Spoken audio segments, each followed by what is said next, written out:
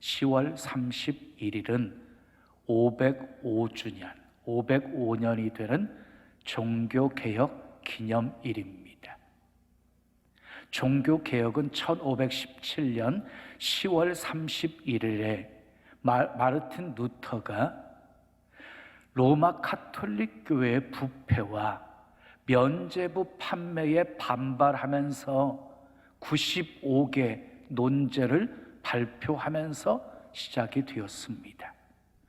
루터는 독일의 종교개혁가입니다. 당시 루터는 비텐베르크 대학의 교수였습니다. 자, 존 칼빈은요, 프랑스의 신학자이고 프랑스의 종교개혁가입니다. 프랑스어로는 장 칼뱅이라고 합니다. 장 칼뱅, 존 칼빈 같은 인물이에요. 자, 칼빈은요, 루터와 주빙글리로 시작된 그 종교개혁을 완성시킨 사람으로 평가를 받고 있습니다. 그런데 공교롭게도 헬로윈데이도 10월 31일입니다. 종교개혁이라고 똑같은 날짜입니다. 어젯밤에 이태원에서 안타까운 압사 사고가 있었습니다. 149명이 죽었고 그리고 76명이 부상을 당했습니다. 인사사고였습니다. 정말 안타까운 것은 10대, 20대 아이들이 대부분이었다고 합니다. 무슨 날벼락입니까? 가족들에게.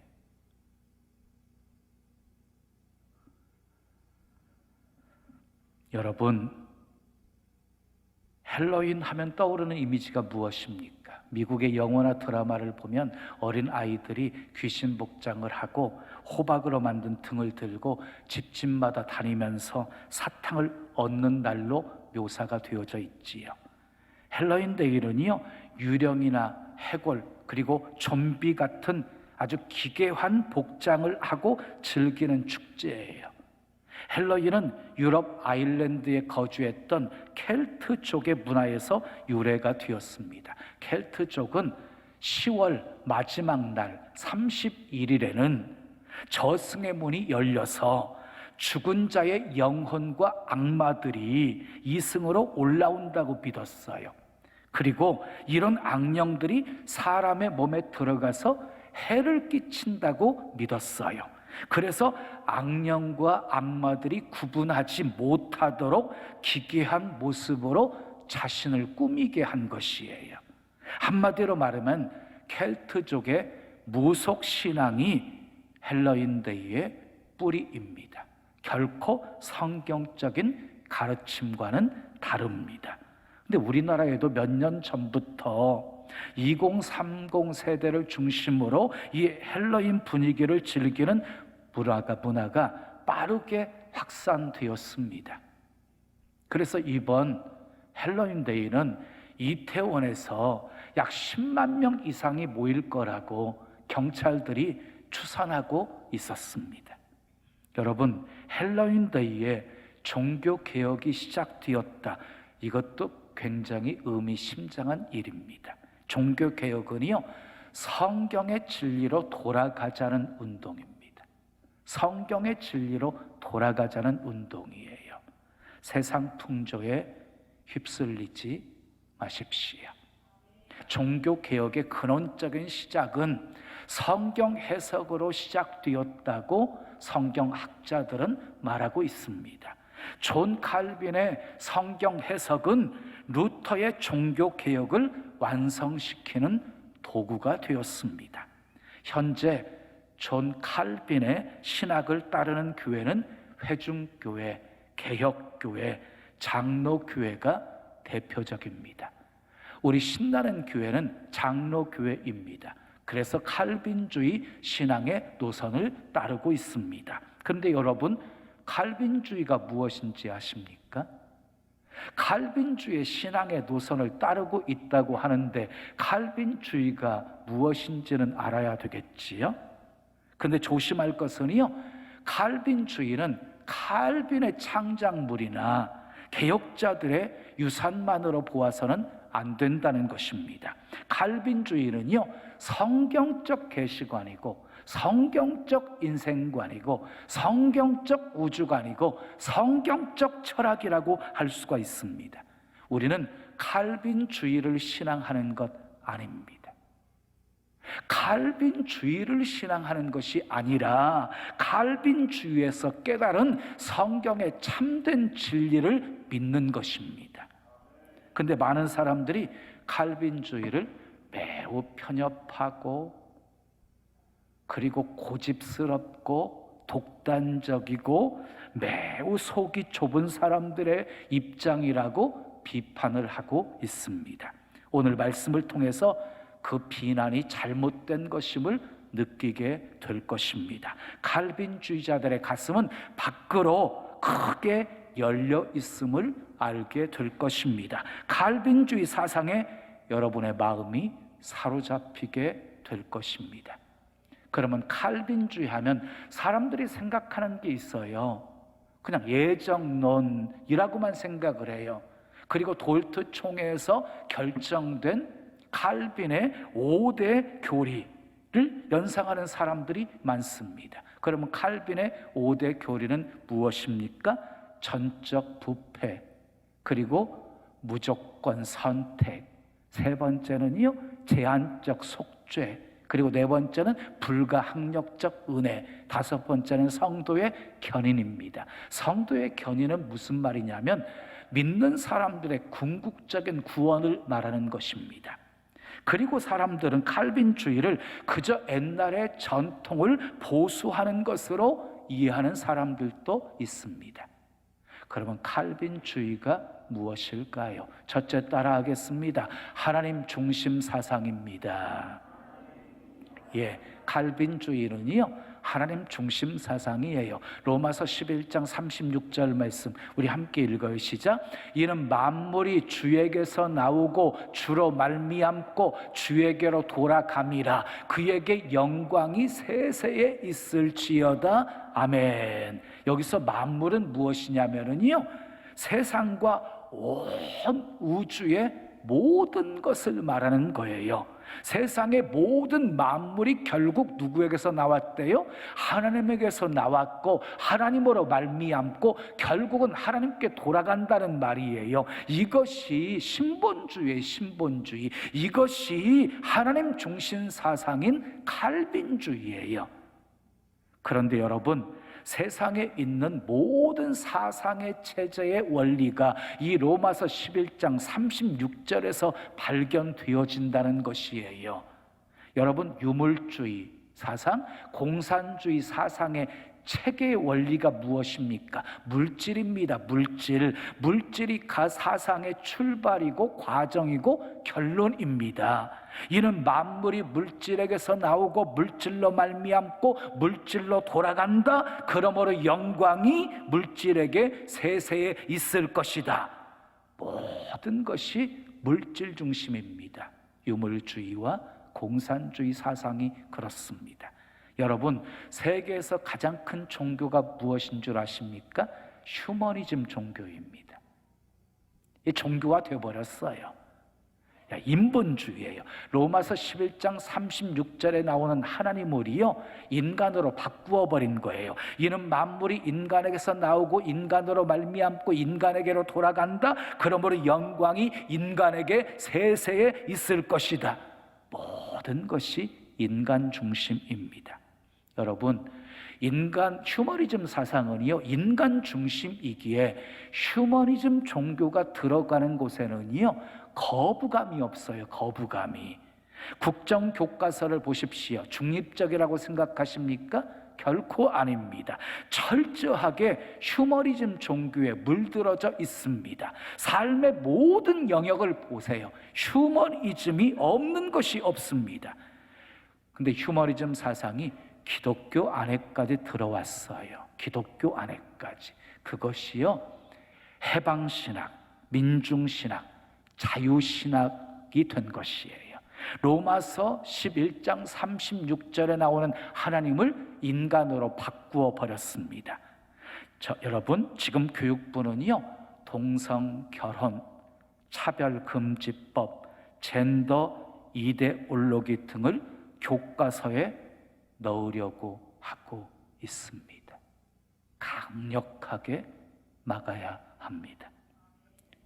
여러분 분명히 하십시오. 모든 만물이 주에게서 나오고 주로 말미암고 주에게로 돌아가는 것을 믿으십니까? 그러므로 우리는 하나님의 영광을 위해서 살아야 한다는 것을 믿으십니까? 크게 아멘 하십시오. 하나님 중심 사상으로 사는 사람은요, 돈을 써도요 하나님이 기뻐하는 곳에 씁니다. 공부도요 하나님의 영광을 위해서 합니다. 사는 목적도 하나님을 기쁘시게 하는 데 있습니다. 하나님께 영광 돌리는 데 있습니다. 세상 사람들은 현재와 가까운 미래를 위해서 살지만 하나님 중심으로 사는 사람은 마지막 하나님의 심판대 앞에 설 것을 생각하면서 삽니다. 그래서 사람이 인정해 주는 것보다 하나님이 인정해 주시는 것을 더욱 원합니다. 사람이 나를 어떻게 생각하느냐 보다도 하나님이 나를 어떻게 생각할까를 생각하면서 하나님을 의식하며 살아갑니다. 그러므로 하나님 중심으로 사는 사람은요, 교회에서 특별 대접 받으려고 하지 않습니다. 자기 기분 따라 감정 따라 살지 않습니다. 좌우나 우르나 치우치지 않습니다. 맡겨진 일에 최선을 다해서 충성합니다. 섬김의 삶을 살아갑니다. 어떤 시련이 와도 다시 일어섭니다. 욥을 보십시오. 그 중심에 하나님이 계셨습니다. 욥의 중심에 하나님이 계셨어요. 극한 고난 속에서도 그는요 오뚜기처럼 다시 일어설 수 있었습니다. 극한 고난 속에서도 하나님을 부인하지 않고 하나님의 주권을 인정하며 찬양했습니다. 내가 모태에서 알몸으로 나와 싸운즉 또한 알몸이 그리로 돌아가올지라. 주신 이도 여호와시요 거두신 이도 여호와시오니 여호와 이름이 찬송을 받으실지니이다. 하나님 중심 사상으로 살아가는 사람은요 어떤 고난과 환난 속에서도 하나님을 부인하지 않습니다. 하나님의 주권을 인정하며 찬송할 수 있습니다. 두 번째, 칼빈주의 사상은 따라합시다. 영역 주권 사상입니다. 칼빈주의의 특징은요, 신학뿐만이 아니라 도덕적 영역, 진리, 과학, 예술, 문화, 사회 모든 영역의 주권을 하나님께서 갖고 있다고 믿는 것이에요. 하나님의 주권이 미치지 않는 곳은 아무것도 없다고 믿는 것이에요. 그런데 우리는 하나님의 섭리와 주권을 너무 좁게 생각해서 제한해 버릴 때가 있습니다. 우리는 어디를 가도 하나님의 얼굴을 피할 수 없습니다. 요나를 보십시오. 하나님의 얼굴을 피하려고 니느웨로 가지 않고 다시스로 도망합니다. 그러나 끝내 하나님의 얼굴을 피할 수 없었습니다. 그래서 시편 기자는 시편 139편 7절 8절에서 내가 주의 영을 떠나 어디로 가며 주의 앞에서 어디로 피하리이까. 내가 하늘에 올라갈지라도 거기 계시며 스월에 내 자리를 펼지라도 거기 계시니이다 라고 고백한 것이에요. 하나님께서 불꽃 같은 눈동자로 우리를 바라보고 계십니다. 우리는 그 하나님 앞에서 살고 있는 것입니다. 골로새서 2장 10절에도 그는 모든 정사와 권세의 머리시라고 했습니다. 우리가 어떤 곳에서 무엇을 하든지 모든 것의 참된 주인은 하나님이시고 그리스도라는 것입니다. 그런데 우리는 어떻게 생각하고 있습니까? 예수님은 교회의 머리라고만 생각하고 있습니다. 아닙니다. 예수님은 우리 삶의 모든 영역의 주인이십니다. 아멘. 그러므로 교회에 와서 거룩하게 살면서 삶에서는 어둠 속에 살아가면 안 됩니다. 교회에 와서는 경건하게 살면서 삶에서는 자기 멋대로 살아서는 안 됩니다. 하나님은 우리의 삶의 모든 영역에서 함께 하시고 역사하시고 통치하시는 분이십니다. 주일 성수와 11조 드리는 것으로 성도의 의무를 다했다고 생각하시면 안 됩니다. 우리 삶 전체를 하나님께 드리며 살아야 합니다. 교회 안에서 진실된 성도이라면 일하는 작업의 현장에서도 가정에서도 학교에서도 하나님 앞에서 코람데오의 신앙으로 살아야 진정한 크리스찬이 되는 것입니다. 마지막 세 번째, 칼빈주의는 따라합시다. 말씀 중심 사상입니다. 오직 성경입니다. 오직 성경. 그래서 칼빈주의를 다른 말로 바꾸면은요, 성경주의라고 바꿀 수가 있습니다. 자, 사실상 모든 신학의 갈림점은요, 성경을 어떻게 보느냐에 따라서 달라지는 것입니다. 그러므로 바른 신학과 바른 신앙을 지키려면 바른 성경관을 붙들어야 하는 것입니다. 어떤 성경관을 갖고 있느냐에 따라서 설교의 방향이 달라지기 때문입니다. 설교에는요, 반드시 그 사람의 신학이 담기게 되어 있거든요. 그러니 잘못된 신학을 갖고 있는 사람에게서 어떻게 바른 설교를 기대할 수 있겠습니까? 여러분 분명히 기억하십시오. 설교는요, 하나님 말씀 전부를 전해야 되는 거예요. 하나님 말씀 전부를 설교해야 하는 거예요. 그러기 위해서는 성경 전체를 볼 줄 아는 통전적인 시각을 가진 다음에 그 다음에 한 구절 한 구절 해석할 줄 알아야 되는 것이에요. 성경 66권은 예수 그리스도를 통한 하나님의 구원 역사를 담고 있어요. 그래서 온통 성경 66권은요, 예수 그리스도에 대한 얘기예요. 구약은 오실 메시아에 대한 얘기, 그리고 신약은 오신 예수, 그리고 다시 오실 예수님에 대한 얘기란 말이지요. 구원 얻을 수 있는 유일한 길은요, 예수밖에 없거든요. 그러다 보니까 성경을 해석하고 연구할 때는요, 구속사적인 관점에서, 언약사적인 관점에서 성경을 봐야지만이 똑바로 해석할 수 있고 연구하게 되어지는 것이에요. 그런데 이단들 보십시오. 필요한 구절들만 뽑아가지고 교리를 만든 것이에요. 속으시면 안 됩니다. 가톨릭에서는 이렇게 말하고 있습니다. 성경은 교회의 대속물에 불과하다. 교회가 존재하지 않는다면 성경도 존재할 수 없다고 말하면서 교회를 성경보다 훨씬 우위에 두고 있습니다. 여러분, 자유주의 신학자들은요, 하나님의 말씀을 자기 주관대로 뺄 것 다 빼버립니다. 상식에서 벗어난 모든 초자연적인 역사를 다 부정합니다. 이게 자유주의 신학이에요. 여러분, 성경에서 기적을 빼면은요, 뭐가 남아요? 성경 앞뚜껑과 뒷뚜껑밖에 남지 않아요. 창세기 1장에서부터 요한계시록 끝장까지 기적으로 시작해서 기적으로 끝나는 것이 성경이거든요.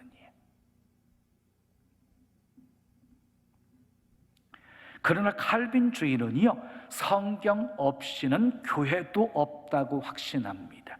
왜냐하면 하나님 말씀 위에 세워지지 않은 교회는 참된 교회라 할 수 없기 때문입니다. 또한 칼빈주의는요, 성경 없이는 하나님을 깨달아 알 수 없다는 것을 가르쳐주고 있습니다. 자, 종교개혁은요, 다른 것이 아니라 말씀의 회복이었습니다. 성경 권위의 회복이었습니다. 루터는 이런 말을 했습니다. 10살 박이 아이에게 성경이 주어졌다면 교황이라도 무릎을 꿇어야 한다. 교황이라도 성경을 가진 어린 아이 앞에서는 복종해야 된다는 의미예요. 다시 말해서 성경의 권위를 강조한 거예요. 성경의 권위를. 자, 그래서 개혁자들의 구호가 무엇이었습니까? 오직 성경으로 돌아가자. 이것이 종교 개혁자들의 구호였습니다. 오늘날 한국교회 강단에도 개혁이 일어나야 합니다. 말씀으로 돌아가는 운동이 일어나야 합니다. 칼빈 선생이 말한 대로 참된 신앙은요, 성경이 가라는 곳까지 가고, 아멘, 성경이 멈추라는 곳에서 멈추는 것입니다. 멈춰야 할 곳에서 멈추지 않고 계속해서 자신의 경험과 체험을 중요하게 여기면 2단이 되고 3단이 되는 것입니다. 자, 우리 신앙생활의 표준이 무엇입니까? 말씀입니다. 말씀. 꿈이나 경험이나 환상이 표준이 될 수 없습니다. 가톨릭은 전통적인 권위를 앞세우지만 우리 칼빈주의는 성경의 권위를 강조합니다. 아무리 힘있는 전통, 아무리 생생한 경험이라 할지라도 성경의 권위 앞에는 엎드려야 합니다. 꿈, 환상 너무 좋아하지 마십시오. 맨날 뭘 보았다고 하는 사람이 있습니다. 아주 위험한 사람입니다. 맨날 뭐 안 보이나 그래서 막 흔들어 봅니다. 그래도 안 보이니까 벌쩍벌쩍 뛰어도 봅니다. 그래도 안 보이니까 머리를 박아도 봅니다. 그러니까 보입니다. 뭐가 보입니까? 별이 반짝반짝 보입니다. 억지로 보려고 하지 마십시오. 뭐 특별한 것 없나? 뭐 신통한 것 없나? 여기저기 기웃거리지 마십시오. 말씀 중심의 신앙으로 돌아와야 합니다. 뭐가 안 보여도 괜찮습니다. 뭔가 느껴지지 않아도 괜찮습니다. 보지 않고 믿는 자가 더 복되다고 말씀하셨으니까 무조건 하나님의 말씀이면 아멘 하고 믿고 말씀을 신앙과 삶의 표준으로 삼으십시오. 말씀 중심의 신앙생활에 하나님의 은혜가 가득하게 부어질 것입니다. 그러나 칼빈주의는요, 성경에 대한 확실한 어떤 원칙과 교리를 붙드는 것으로 만족하지 않습니다. 시편 119편 105절의 말씀처럼 주의 말씀은 내 발의 등이요 내 길의 빛이니이다. 주님의 말씀이 내 발의 등이 되어지고 내 길의 빛이 되어야 합니다. 다시 말해서 주의 말씀이 구체적으로 나의 삶 속에서 어둠을 밝혀주고 복된 길로 인도해 주는 역할을 할 수 있어야 된다는 것입니다. 말씀이 나를 회복시키고, 아멘, 말씀이 나를 변화시키고 말씀이 나를 복되게 하는 능력이 되어야 하는 것입니다. 칼빈주의는요, 말씀을 듣고 믿는 것으로 만족하지 않습니다. 삶 속에서 구체적으로 말씀을 따라 사는 것을 원합니다. 그러므로 사랑하는 여러분, 말씀을 읽고 듣고 믿는 것으로 끝내지 마시고 삶 속에서 실천하며 말씀의 능력을 체험하며 사시기를 예수님의 이름으로 축원합니다.